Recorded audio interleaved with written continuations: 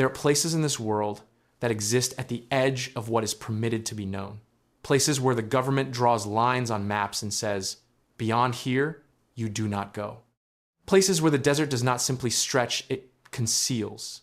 Where the silence is not empty but full of things that happen without witnesses or with witnesses who are never heard from again. Nevada is one of those places. The 7th largest state in the United States.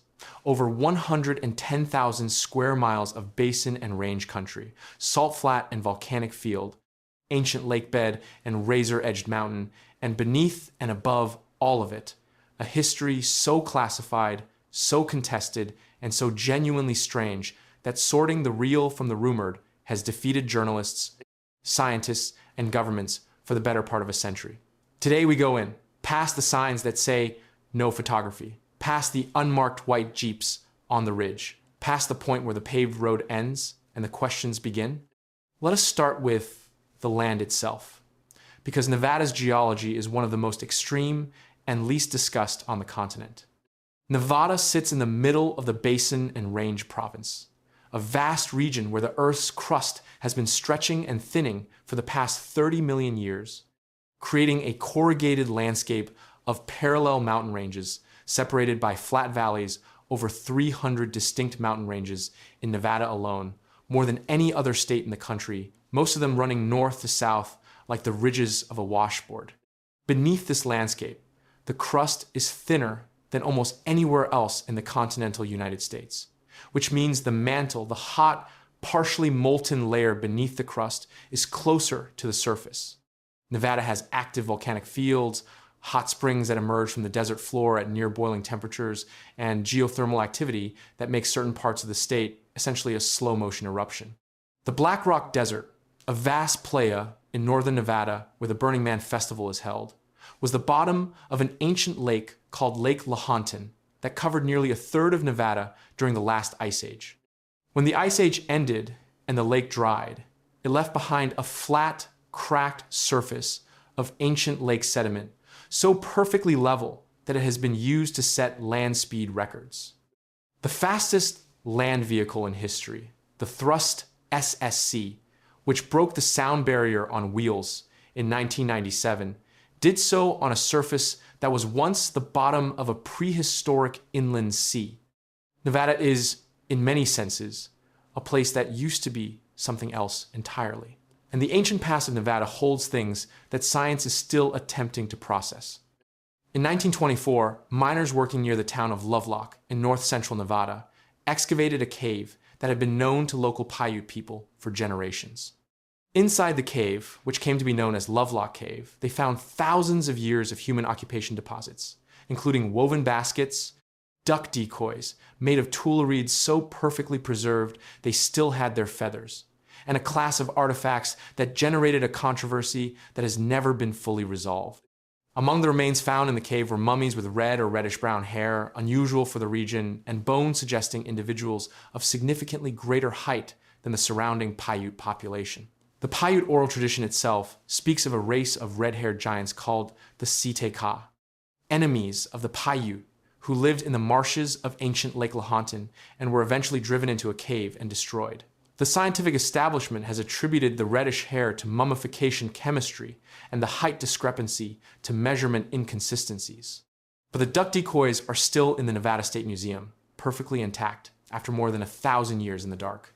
And the Paiute story of the Siteka was told long before any archaeologist arrived to find the bones.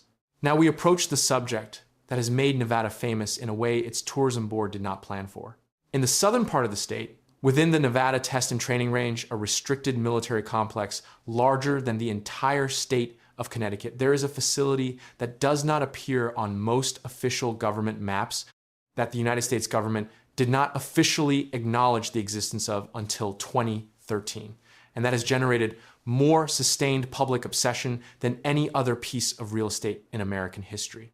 It is located near a dry lake bed called Groom Lake. The CIA calls it the Nevada Test Site. The Air Force calls it Homey Airport. The rest of the world calls it Area 51. The story of what Area 51 actually is begins in the 1950s, when the CIA and the Air Force needed a location so remote and so secure that experimental aircraft could be tested without any Soviet reconnaissance satellite or human observer being able to identify what they were seeing. The U-2 spy plane was developed and tested here. The SR-71 Blackbird, still the fastest air-breathing aircraft ever built, capable of outrunning missiles by simply accelerating, was developed and tested here. The F-117 stealth fighter was developed and tested here.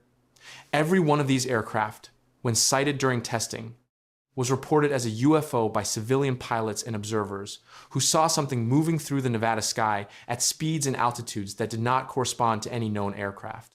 The official explanation for the majority of UFO sightings over Nevada in the 1950s and 1960s, declassified in 2013, is that people were seeing classified aircraft they were not supposed to know existed.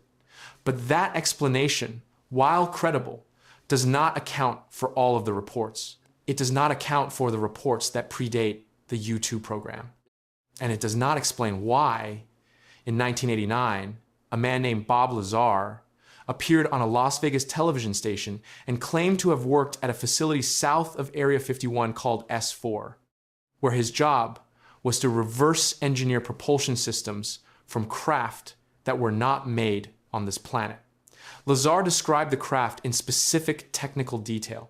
He described the element that powered them, element 115, which did not officially exist at the time, with enough precision that when element 115 was synthesized by Russian scientists in 2003 and named Moscovium, several of his descriptions were consistent with its properties.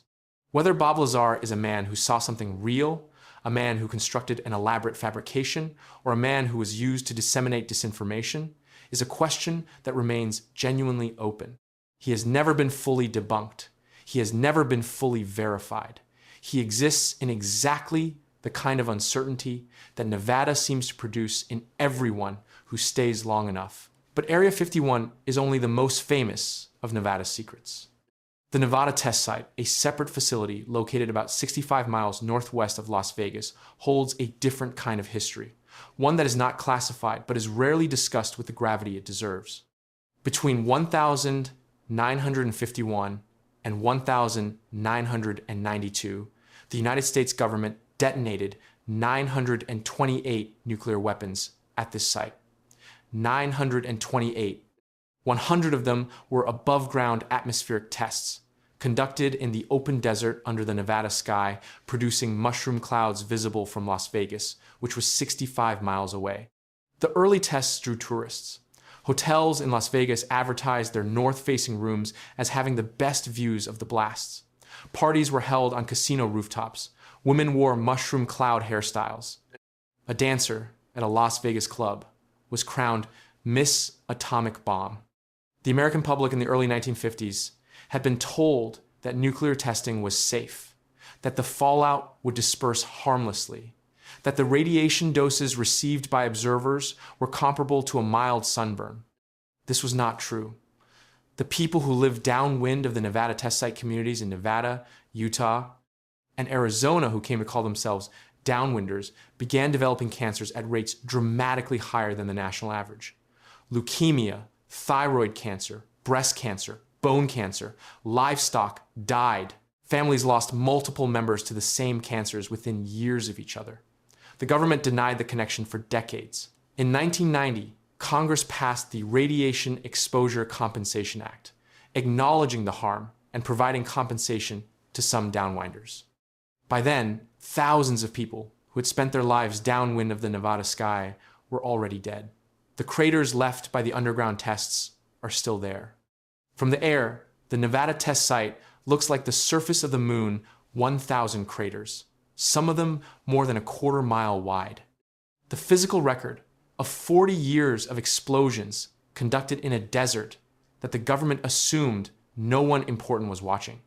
Now we go to the ghost towns. Nevada has more ghost towns per square mile than any other state in the United States, over 600 of them, scattered across the desert in various states of collapse. Most of them were born in the same way. Someone found silver or gold.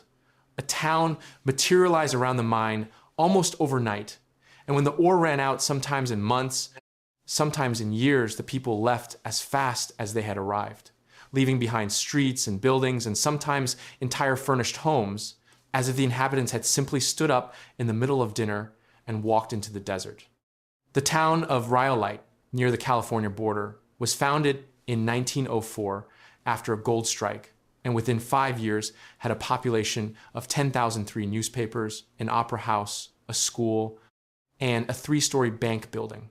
By 1920, it had fewer than 20 residents.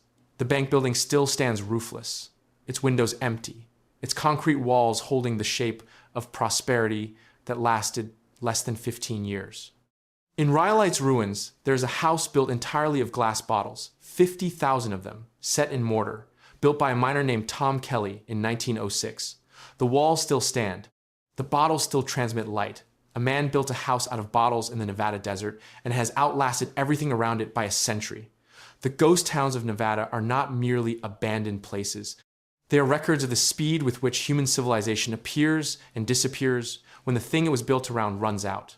Some of them were populated for less time than it takes a child to finish primary school.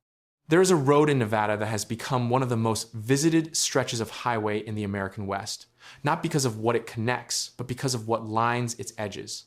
State Route 375, a 8-mile stretch of 2-lane highway through the high desert of Lincoln County, was officially designated the extraterrestrial highway by the state of Nevada in 1996 in recognition of the volume of UFO sightings reported along its length. The road passes through the tiny town of Rachel, population approximately 50, which has a bar and restaurant called the Little A Lynn that has served as a gathering point for UFO enthusiasts, journalists, researchers, and the simply curious for decades. But the reports that come from this road are not all from enthusiasts. They come from truckers, from ranchers, from hunters, from people with no particular interest in the subject, who simply drove this road at night and saw something in the sky that they could not explain and that did not correspond to any aircraft they had ever seen before. A triangular object the size of a football field moving in total silence at low altitude. A sphere of light that descended to road level and paced a vehicle for half a mile before ascending vertically at a speed that left no contrail. Lights that changed color and direction simultaneously in ways that no conventional physics of flight permits. The standard explanation is that this road is close to Area 51 and its various associated test ranges, and that what people are seeing is classified aircraft. This explanation is probably correct for many of the reports. It does not explain all of them. And it does not explain why, in 1997, more than 100 people in this specific stretch of Nevada reported seeing the same object on the same night, described it independently in consistent detail, and none of them have ever been identified as fabricating their accounts. We need to talk about Las Vegas, because no account of Nevada's strangeness is complete without it. Las Vegas is the most improbable major city in the United States. It sits in the middle of the Mojave Desert, in a basin with less than 4 inches of annual rainfall, in temperatures that regularly exceed 110 degrees Fahrenheit, with no nearby river, no nearby agriculture, and no strategic reason to exist at its location. The spring that originally drew travelers to the Las Vegas Valley. Las Vegas is Spanish for the meadows, named for the artesian springs that once created a green oasis in the desert, has been dry since the late 19th century, pumped into non-existence by the demands of early settlement. Everything Las Vegas consumes, its water, its food, its electricity, the concrete and steel of its towers, comes from somewhere else. The city is sustained entirely by import and by the single industry of gambling. It was the mob that built Las Vegas into what it became, the Flamingo Hotel. Opened in 1946 by gangster Bugsy Siegel, was the first of the major resort casinos on what became the Strip. Siegel was murdered in his girlfriend's living room in Beverly Hills in 1947, 6 months after the Flamingo opened, in a killing that was never officially solved. The man who some investigators believe ordered the killing, Meyer Lansky, the financial architect of American organized crime, outlived nearly everyone around him, died of natural causes in Miami Beach in 1983, and was never convicted of a major crime despite being under FBI surveillance for decades. The city Siegel and Lansky built is now visited by 40 million people per year. It consumes more electricity per capita than any other city in the United States. It pumps its water from Lake Mead, a reservoir created by Hoover Dam on the Colorado River, which has been declining for over 2 decades and is now at historically low levels. The city that should not exist is facing the possibility that the water that keeps it alive may not last another generation. And yet the desert around Las Vegas is not merely a backdrop. It is one of the most ecologically complex environments in North America. The Mojave Desert, which covers the southern tip of Nevada, is the smallest and driest of the 4 American deserts. But it is the only desert on Earth where the Joshua tree grows a species of yucca that looks like something a child drew from imagination, with arms that branch unpredictably and bark that resembles scales more than wood. The Joshua tree cannot reproduce without the yucca moth, a single species of moth that is the tree's only pollinator. If the moth disappears, the Joshua tree disappears. If the Joshua tree disappears, the dozens of species of birds, mammals, and reptiles that depend on it disappear. The entire ecosystem of the Mojave hangs on this single relationship between a tree and a moth that evolved together over millions of years. Scientists currently estimate that without intervention, rising temperatures will eliminate suitable habitat for the Joshua tree across most of its current range within this century. The trees themselves can live for hundreds of years and cannot move. They can only stand in the desert and wait for conditions to change, as they have always done, as they were doing long before anything calling itself Nevada existed, and as they will be doing long after the casinos of Las Vegas are as empty as the ghost towns of Rhyolite. Let us go deeper into the desert, away from the highways, away from the tourist routes, into the country that very few people visit and that fewer still understand. The Great Basin Desert covers most of Nevada, an enormous cold desert defined not by heat but by topography, a closed drainage basin where no water flows to the ocean. Every river, every creek, every stream that falls as rain or snow in the Great Basin stays in the Great Basin. It flows into lakes with no outlet, where it evaporates and leaves behind salt. The most dramatic of these terminal lakes is the Black Rock Desert's playa, but there are dozens of them across Nevada: the Humboldt Sink, the Carson Sink, the alkali flats of the Amargosa Valley. Walker Lake in west central Nevada was once a vast freshwater lake fed by the Walker River. Agricultural diversions over the past century have reduced it to a fraction of its original size. Its salinity has increased to the point where it can no longer support most fish, and the pelicans and other birds that once nested on its shores in enormous colonies have largely abandoned it. The lake is dying in the open desert, slowly, documented by the rings of mineral deposits on its surrounding hills that mark where the water used to be, like bathtub rings left by civilization that forgot to turn off the tap. There is something in Nevada that has no equivalent anywhere else in the United States, and it is not a military installation or a ghost town or a UFO. It is a legal institution. Nevada is the only state in the country where prostitution is legal in most of its rural counties. This fact is widely known. What is less discussed is the history behind it, a history that runs directly through the mining camps and railroad towns of the 19th century, through the same economic logic that built and abandoned the ghost towns, and through a political culture in Nevada that has always prioritized individual freedom over federal regulation, with a consistency that has made the state genuinely different from the rest of the country in ways that go beyond gambling and legal brothels. Nevada has no state income tax. It has some of the loosest gun laws in the country. It has been the site of the most dramatic standoffs between ranchers and federal land management authorities in recent American history. The Bundy family, ranchers from Clark County, staged 2 separate confrontations with federal agents, one in 2014 and one in 2016, over grazing rights and federal land authority that drew armed militia members from across the country and made international news. The federal government owns over 80% of Nevada's land, a higher percentage than any other state, and the tension between that ownership and the people who live and work on that land has been a defining feature of Nevada's political identity for 150 years.